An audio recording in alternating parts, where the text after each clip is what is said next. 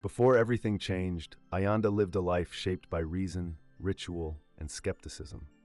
Raised in a Christian household in Cape Town, South Africa, she respected her family's faith, but didn't feel it. Church was tradition, not truth. To her, God was a concept, useful for some, but distant and silent. She was a practical woman, engaged to Thabo, climbing her way through the corporate world, surrounded by a close-knit family that valued discipline, culture, and quiet dignity. She avoided anything too emotional, too spiritual, or too uncertain. Life had its routines, and Ayanda liked it that way. But under the surface, she often felt empty. Nights brought a quiet unease, and sometimes she found herself questioning everything: purpose, existence, eternity. Still, she pushed those thoughts away, until the day everything stopped, the day her heart stopped. What happened next would shatter her understanding of reality. Ayanda died, and in that moment, she met Jesus. What he showed her shook her to the core. 4 events coming in 2025 that the world isn't ready for.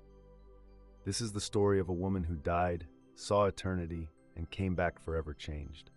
Before we begin, don't forget to subscribe, like the video, and tell us where you're watching from in the comments below. My name is Ayanda, and I should not be alive. It happened on a Thursday afternoon. I was driving home from work, frustrated after yet another exhausting meeting. The sun was setting behind Table Mountain, and I remember how the sky looked, burning orange, like it was trying to tell me something. I wasn't paying attention. I was too busy scrolling through voice notes at a red light, half listening to Thabo complain about something. And then, impact. I didn't even see the other car, just the sound of shattering glass and my body jerking forward. Then nothing, no pain, just quiet. I left my body before I knew I was dead. One moment I was in my car, and the next I was above it, watching first responders trying to open the door, their voices muffled, like I was underwater. I didn't feel panic, just a strange pull, like someone was calling me. That's when everything changed. I was suddenly in a place I can't fully describe. It wasn't like Earth. There was light, but it wasn't sunlight. It came from everywhere and nowhere all at once. The peace, it wasn't like relaxation, it was alive. And then, in the middle of this unearthly presence, I saw him. Jesus. Not a dream, not an idea. Him. He didn't speak at first. He looked at me, and I felt everything in me melt. It wasn't fear. It was the deepest, purest love I've ever known. My soul felt seen. All my pride, my doubts, the secret bitterness I carried toward God, all of it came undone in his gaze. When he finally spoke, his voice was both thunder and whisper. "Ayanda," he said, "you are not done." Then he showed me. It was like being taken through time, but not time as we know it. I saw 4 events coming, all unfolding in 2025. I'll share them later because they're still unfolding inside me like waves. But I need you to know that what I saw was real. This wasn't a hallucination or a metaphor. It was warning. It was mercy. The first vision brought me to my knees. It was a global shaking, something that stripped people of false security. I could see fear in the eyes of nations, but I could also see people waking up spiritually, like they were finally listening. When I opened my eyes again, I was in a hospital bed. Tubes, machines, my mother sobbing at my side. And the first thing I whispered was, "I saw him." But that's when the real struggle began.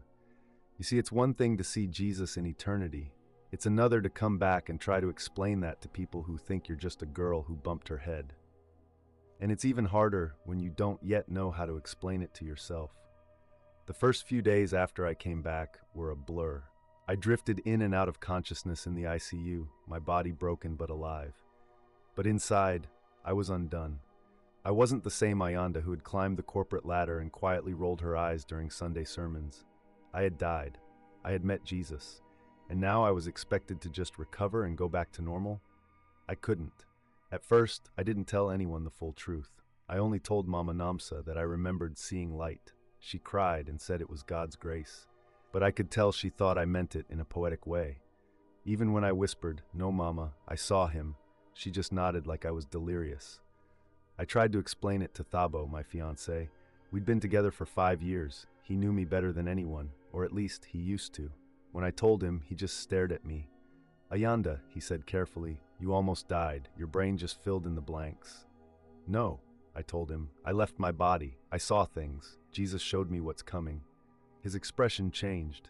concerned, defensive. "You were never that religious," he said. "Why would God pick you to show something like that?" That hit deep, and honestly, I'd asked myself the same thing. Why me? I wasn't holy.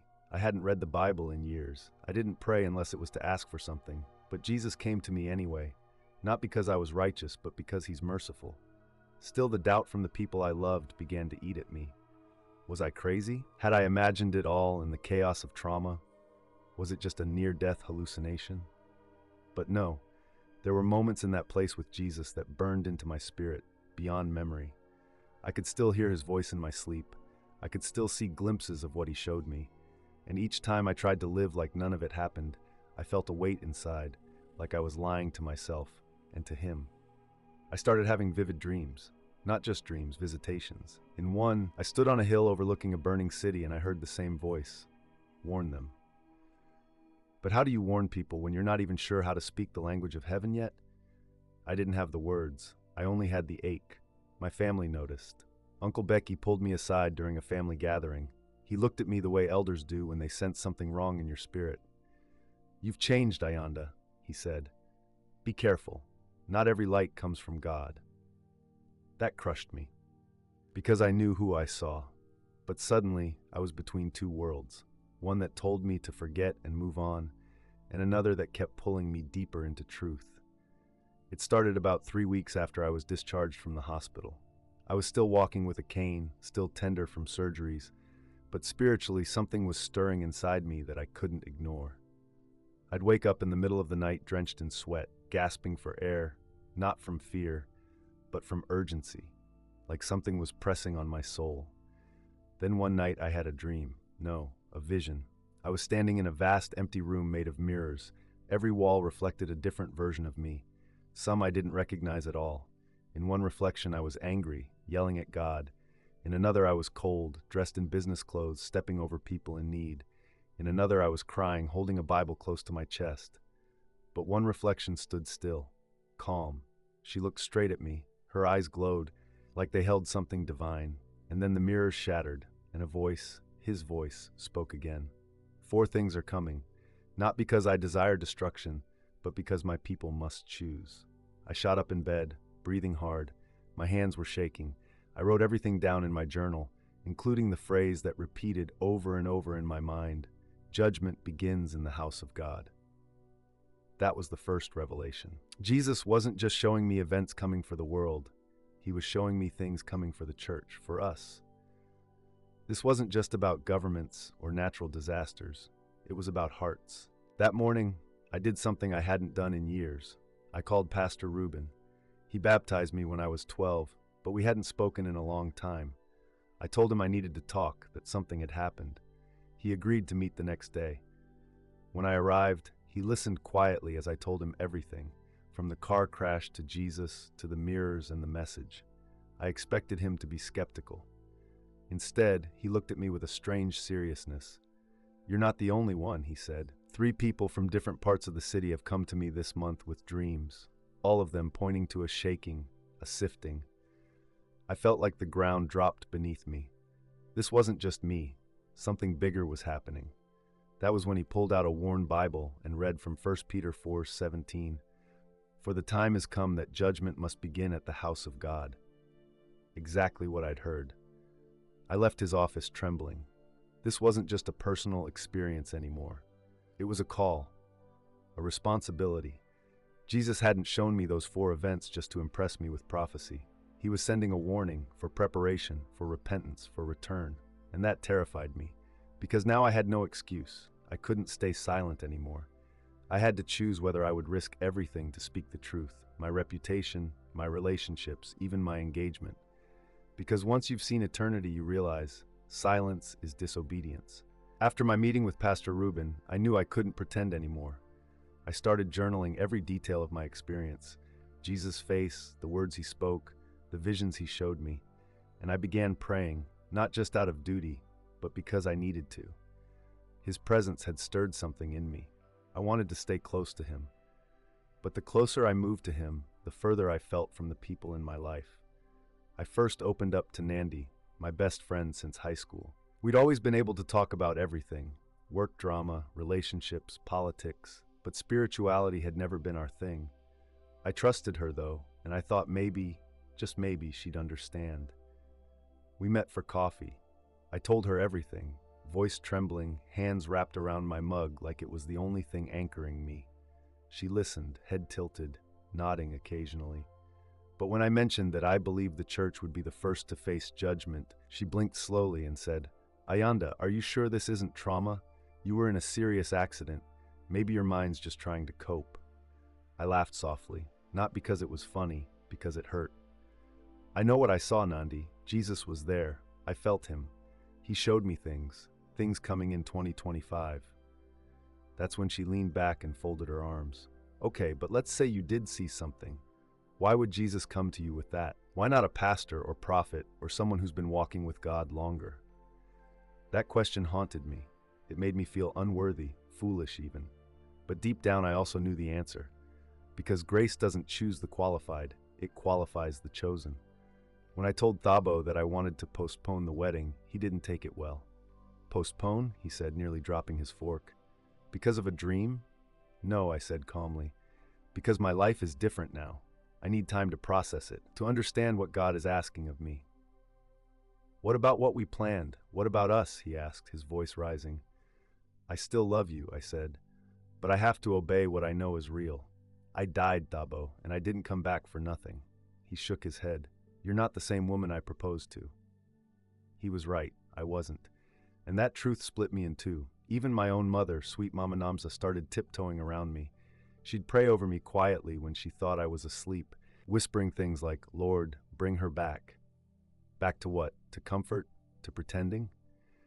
But Pastor Reuben stood by me. He invited me to prayer meetings, where others who had seen and heard things shared their own stories. For the first time since the accident, I didn't feel alone. Still, the weight of loneliness followed me home. The ache of being misunderstood, the sting of rejection. But I kept thinking, Jesus was misunderstood too.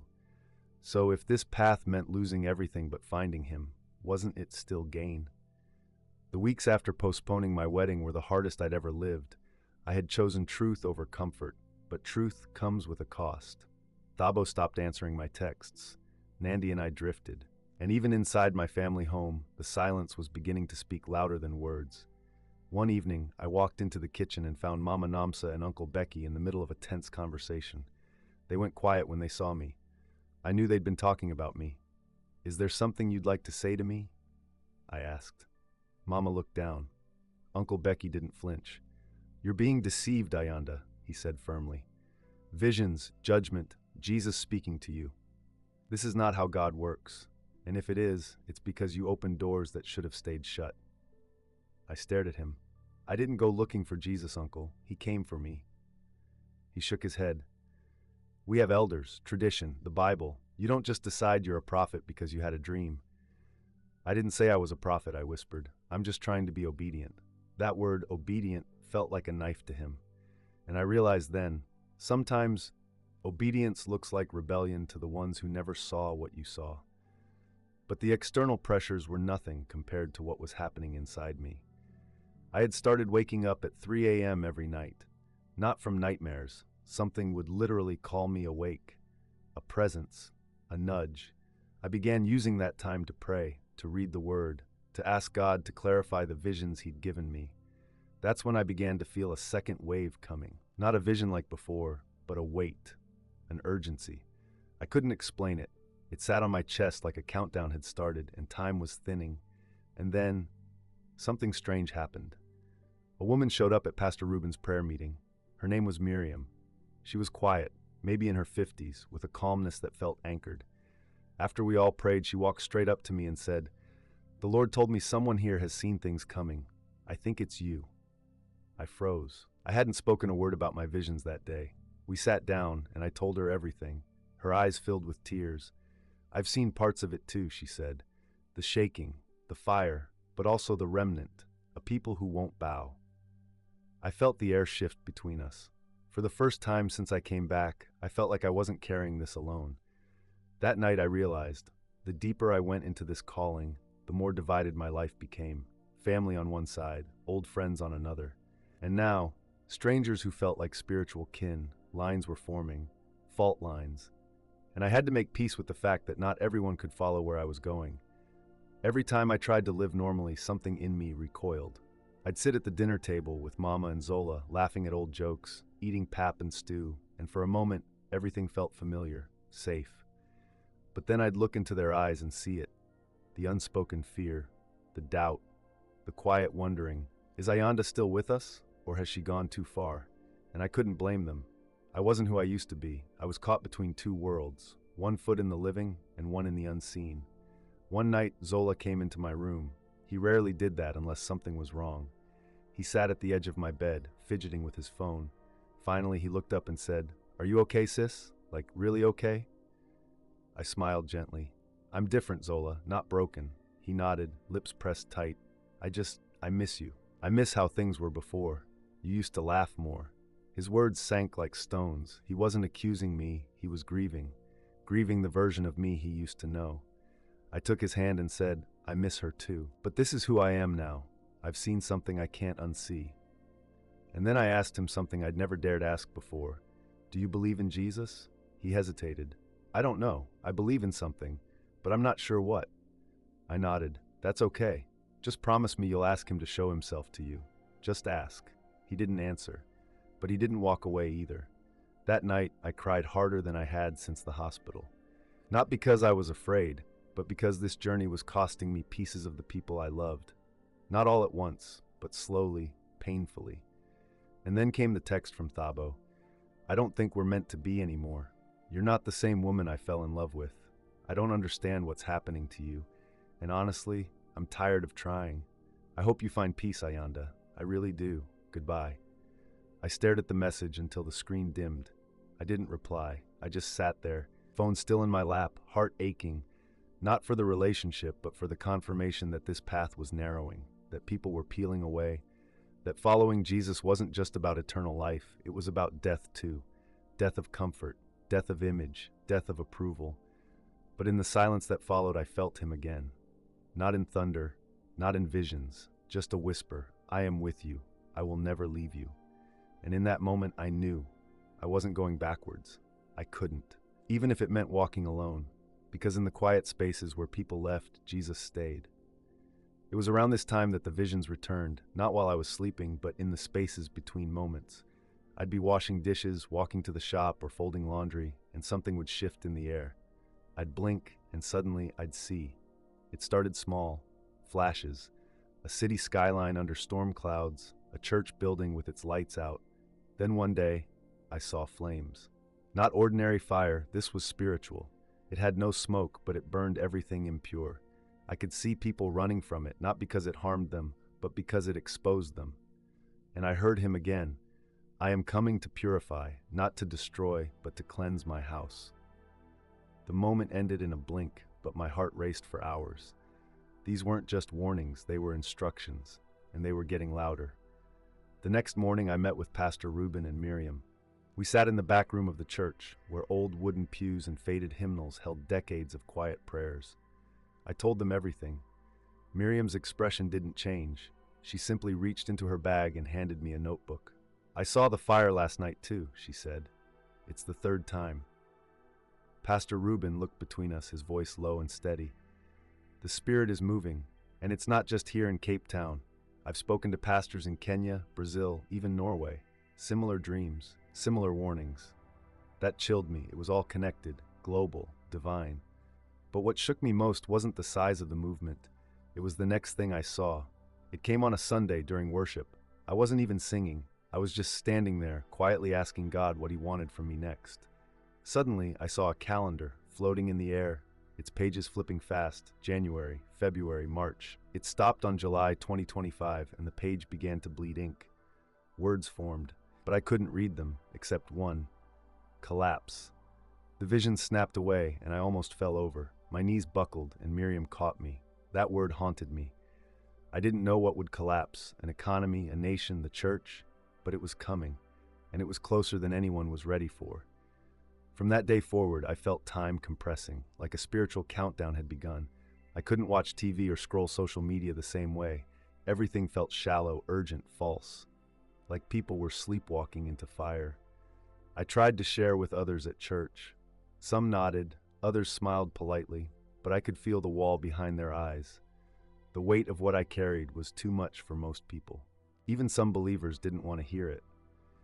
But the visions wouldn't stop, and deep down, I knew they weren't for me to hoard. I had to speak. I had to warn. Because ready or not, something is coming, and the fire doesn't wait for permission. I didn't intend to become a voice. I wasn't trying to start anything. But when you carry a message this heavy, it leaks out, even when you try to keep it quiet. One day, I was sitting at a cafe reading my Bible quietly. The verse that stood out was Joel 2:1. Blow the trumpet in Zion, sound the alarm on my holy mountain.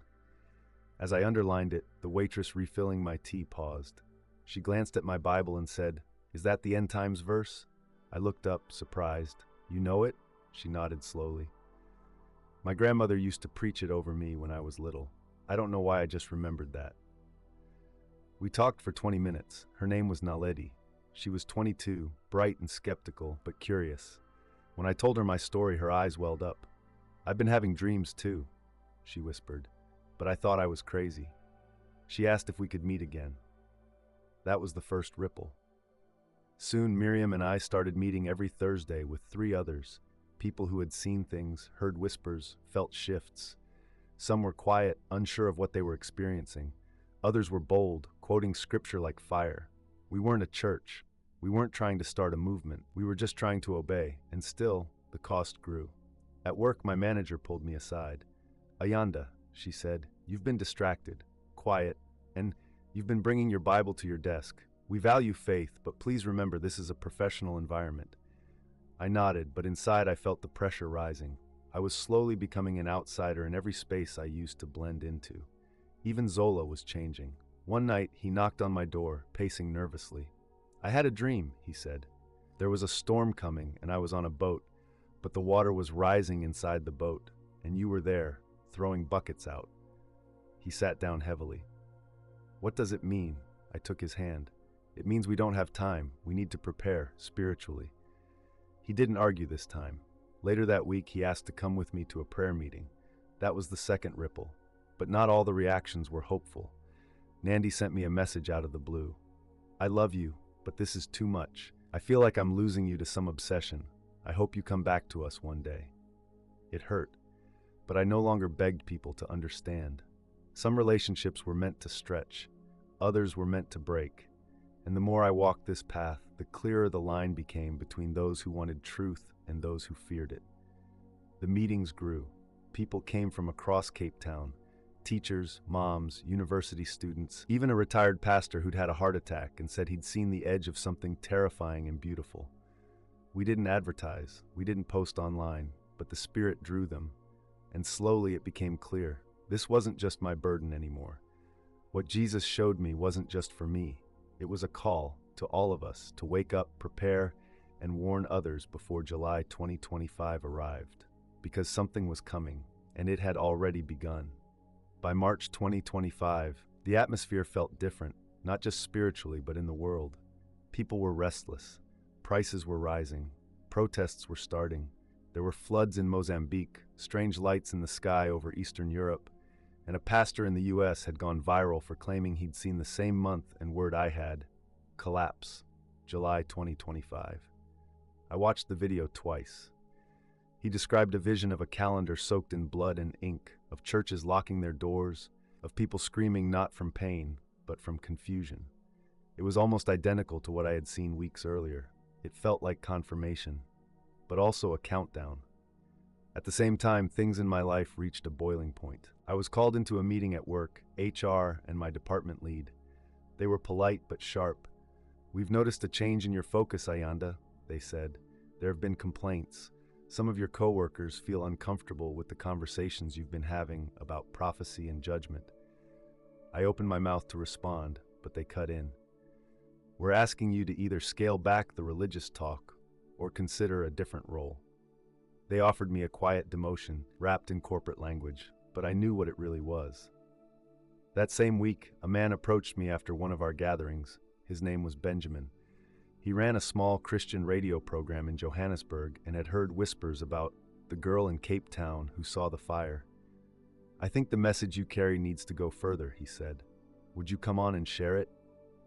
I felt the weight of the moment. On one side, a safe job, a quiet life, and the fragile approval of the people around me. On the other, exposure, criticism, risk, and obedience. I told him I'd pray about it. But deep down, I already knew what I had to do. That night, I walked alone to Signal Hill. I sat looking out over the city, its lights flickering, the ocean stretching beyond the edge. I prayed like I hadn't prayed before. Lord, I whispered, if I say yes, there's no going back. I could lose everything left. But I know what you showed me. I know what's coming, and I know what you asked me to do. Then I heard him. Lose the world if you must, just don't lose me. I broke. Tears soaked my shirt. It wasn't just about a radio show or a job. It was about identity, about legacy, about who I served, my comfort, or my king. The next day I quit my job. 2 days later I called Benjamin and said yes. The following week I shared my testimony on air for the first time. I spoke of Jesus, the judgment, the fire, and the calendar. I told them about the urgency, about the cleansing, about the 4 events, and something shifted. Hundreds messaged in, some mocked, others wept, and a few said, I saw it too. That was the choice, that was the fork, and now there was no turning back. I had chosen the narrow road, and it was only just beginning. After the radio testimony aired, everything escalated. My phone lit up for days, calls, messages, invitations, accusations. Some called me anointed, others said I was dangerous. A few whispered that I was deceived by familiar spirits. I wasn't surprised by the pushback. Jesus had warned me this would happen. But what I didn't expect was the pressure from within the church. A pastor I had admired since childhood, Pastor Solomon from a large ministry across town, called me personally. He was kind but firm. You have a gift, Ayanda, he said, but you must be careful not to spread fear. People are fragile. You keep talking about judgment and collapse. What about grace? What about hope? I speak what I've been shown, I replied. Jesus didn't show me these things to keep me quiet. He sighed. Just remember, not every vision is meant for public ears. Be wise. It felt like a warning cloaked in concern. I thanked him, but my spirit stirred with unease. That night I prayed again. Lord, if I'm in error, show me. If I'm not, strengthen me. And then came the email that changed everything. A Christian media outlet from the UK invited me to speak on a live stream, global audience, huge reach. They wanted me to share the 4 events coming in 2025. My stomach dropped reading it. This was the platform I never asked for. I wrestled for days. Accepting would mean exposure on a whole new level. Criticism, scrutiny, maybe even spiritual warfare I wasn't prepared for. But declining would be disobedience. Then came the final confrontation, this time from Mama. She sat me down, holding a folded newspaper in her lap. I didn't recognize the headline until she turned it to me. Local woman claims visions of end times, faith or fanaticism. There was my name, a blurred photo of me at a prayer meeting. Someone had sent it in anonymously. Mama's hands were shaking. Baby, she said, voice cracking, I'm scared. They're laughing at you. They're calling our family unstable. Uncle Becky says you've brought shame to our name. I felt the old wound tear open. That craving to make her proud, to make the family proud, to be the daughter who succeeded, not the one who saw angels in fire. But then I looked her in the eyes and said, Mama, I love you, but I love Jesus more. I saw him, and I will not deny what he showed me. She didn't answer. She just wiped her tears and left the room. I cried until I had no voice. Then I accepted the live stream invitation. The night before I went on air, I fasted and prayed. At midnight, I felt a dark presence enter my room. Fear pressed down on me like a weight. My breath caught in my throat. My hands went cold. And then, light, a soft golden warmth filled the room. I didn't see Jesus, but I felt him. Speak. I am with you. The fear lifted. The next day, I told the world what I had seen. The shaking in the church, the economic unraveling, the spiritual hunger rising in the young, and the global event in July 2025 that would force people to choose between fear and faith. I spoke with trembling, but I did not hold back. And when the live stream ended, I realized something profound. I hadn't just sacrificed my reputation. I had laid my life on the altar, and it was the most peaceful I'd ever felt. The days after the live stream were a blur. My words had traveled farther than I could have imagined. Emails came from Nigeria, Brazil, London, and even Iran. Some shared dreams of their own, others begged for guidance. A few just wrote, "I believe you." But with the wave of support came the tide of backlash. A South African news anchor called me an internet prophet with a persecution complex. A prominent Christian influencer accused me of using fear to build a platform. And someone sent me a death threat that read, "If you don't stop, we'll silence you." For the first time, I felt the danger physically. I couldn't sleep. Every creak in the house made me jump. I stopped going out alone. And part of me asked, was this really worth it? Then came the flood. Cape Town had its worst rainfall in 40 years. Streets overflowed, people were displaced, homes lost. It wasn't the event I saw for July, but it was close enough that panic began to spread. Suddenly, more people wanted to hear what I had to say, not out of curiosity, but out of fear. One night during the storm, I got a message from Zola. "Sis, our neighbor's house collapsed. The whole family is okay, but they're shaken. I think you need to talk to them." I walked over, boots soaked, rain stinging my cheeks like needles. Inside, the family was huddled together, wrapped in blankets. The mother looked up at me with wide, tired eyes. "Is this it?" she whispered. "What you said would happen." I knelt beside her, took her hand, and said, "No, but it's a sign. It's a mercy, a chance to turn to him now before the shaking grows stronger." She nodded, trembling. We prayed right there on the floor, wet, dirty, and holy. Afterward, I stepped outside. The rain had slowed to a drizzle. In the stillness, I heard him again. Not loud this time, not thunderous, just close. "You've done well, my daughter." I fell to my knees right there in the mud and wept. All the rejection, all the fear, all the confusion. It broke in that moment like a dam. I realized I wasn't carrying this alone. Jesus had walked with me every step. And not just me, others were awakening too. I could feel it. This wasn't my fire anymore. It had jumped from soul to soul, igniting a quiet army of faithful hearts. And then the final vision came. I was standing before a massive tree. Its branches stretched into the clouds, roots dug deep into the earth, but half of it was on fire. The flames didn't consume it. They purified it. As the fire burned, dead branches fell away, revealing fresh green shoots underneath. And then I saw people gathering at the base of the tree, their hands lifted, eyes wide with awe. Some were crying, some kneeling, others clinging to each other. It was the remnant, the ones who endured, the ones who heard, the ones who chose. When I woke, my heart was calm. For the first time in months, I slept like a child. I didn't know what exactly would happen in July 2025. I only knew this: the flood had come, the fire was already burning, and soon the world would have to decide where it would stand, within the flame or outside of it. It happened on July 7th, 2025. I'll never forget that date, not because of headlines, but because of what happened inside me. The day began strangely quiet. No visions, no urgency, just a deep stillness, like the entire atmosphere was waiting. I walked outside just after dawn. The sky looked normal, but the air felt heavier. I stood barefoot in the garden, eyes closed, heart listening. And then I heard it, not with my ears, but with my spirit. Today the world will choose. I didn't know what that meant. I didn't know if it would be loud or invisible, but I knew something eternal was unfolding. As the hours passed, reports started to surface online.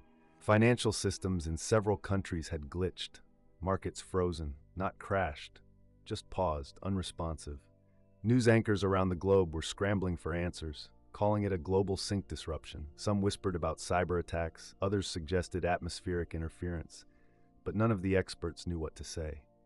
And yet, those of us who had seen knew. This was the threshold. Around midday, Pastor Reuben called a spontaneous prayer gathering. Within an hour, over 200 people had gathered in the sanctuary. Some from our group, others from the city, even strangers who'd heard about the girl who saw the 4 events. As I stood at the front, the microphone in my hand trembled. I didn't prepare a sermon. I didn't recite scripture. I just spoke the truth. "This is not the end of the world," I said, "but it is the end of pretending. God is calling his people out of compromise, out of comfort, out of hiding." People cried. Others stood in silence. I shared what Jesus showed me: the shaking, the fire, the hunger, the collapse, not of the earth, but of everything false. This was mercy, a divine pause, a chance to choose. Then the lights cut out, not just in the church, across the city. For 7 minutes, all power stopped. Phones, radios, streetlights, everything. Cape Town fell into silence. Some screamed, others knelt. I closed my eyes, and in that moment I saw him again, not in fire or vision, but in the deepest part of me. His presence filled the room like warm wind, and I heard his voice. I am separating. I am calling. I am preparing my bride. When the lights returned, something had shifted. It wasn't dramatic, but it was final. People stayed long after. They didn't want to leave. Some fell to the floor weeping. Others hugged strangers. One man whispered through tears, "I didn't believe you, but now I see." That night I went home and sat in the dark, lit only by a candle. I wasn't afraid. The world had tilted, yes. Systems had cracked. But beneath all that, something sacred was being born.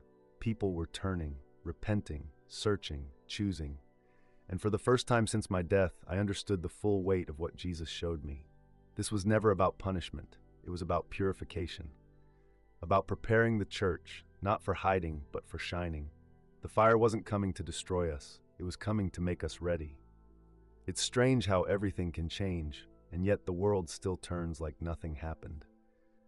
The next morning, people returned to work. Markets restarted. The media offered quick explanations, temporary outages, isolated events, minor system disruptions. But those of us who had eyes to see, we knew better. Something shifted in the spirit. A line had been drawn, not just around the world, but inside every heart. I sat with my Bible open that morning, staring at the same verse that chased me from the beginning. Blow the trumpet in Zion, sound the alarm on my holy mountain. This wasn't just a verse anymore. It was my life. I had blown the trumpet, I had sounded the alarm. Not perfectly, not without fear, but in obedience. And that changed me forever. I've lost people I love, some walked away, some just quietly faded. But I've also gained something deeper, purpose, a clarity I never knew existed, the kind of peace that doesn't depend on what the world thinks or what tomorrow brings. I've learned that real faith doesn't keep you safe, it sets you on fire, and that Jesus, my Savior, my friend, my King, is worth losing everything for. Zola has started reading the Bible, slowly, quietly. But I see the light in his eyes now. Mama hasn't fully come around, but she prays with me now, out loud, not just in whispers. And even Nandi, she sent me a message the other day. "I don't know what's happening in the world, but I think you were right. Can we talk?" Hearts are softening. The fire is spreading. I don't know what else is coming in 2025. Maybe more shaking, maybe more collapse. But I know this. Jesus is calling his people out of the shadows, out of lukewarm comfort, out of spiritual sleep. He is calling us to wake up, to return, to burn for him again. So if you're watching this, it's not by accident. You were meant to hear this, not to admire my story, but to examine your own. Ask yourself, am I ready? Have I heard his voice? Have I chosen? Because it's not about fear, it's about faith, about standing when the world bows, about building your house on the rock while everything else shakes. This is the hour. This is the invitation. Jesus is not just coming someday, he's here now, moving, speaking, cleansing, calling. Let him find you ready. Thank you for walking this journey with me. If this message stirred something in you, don't just scroll past it, respond. Drop a comment below, share your story, let others know they're not alone. And if you haven't already, subscribe, like the video, and share it with someone who needs to hear what's coming. Because the fire is real. And the time is now.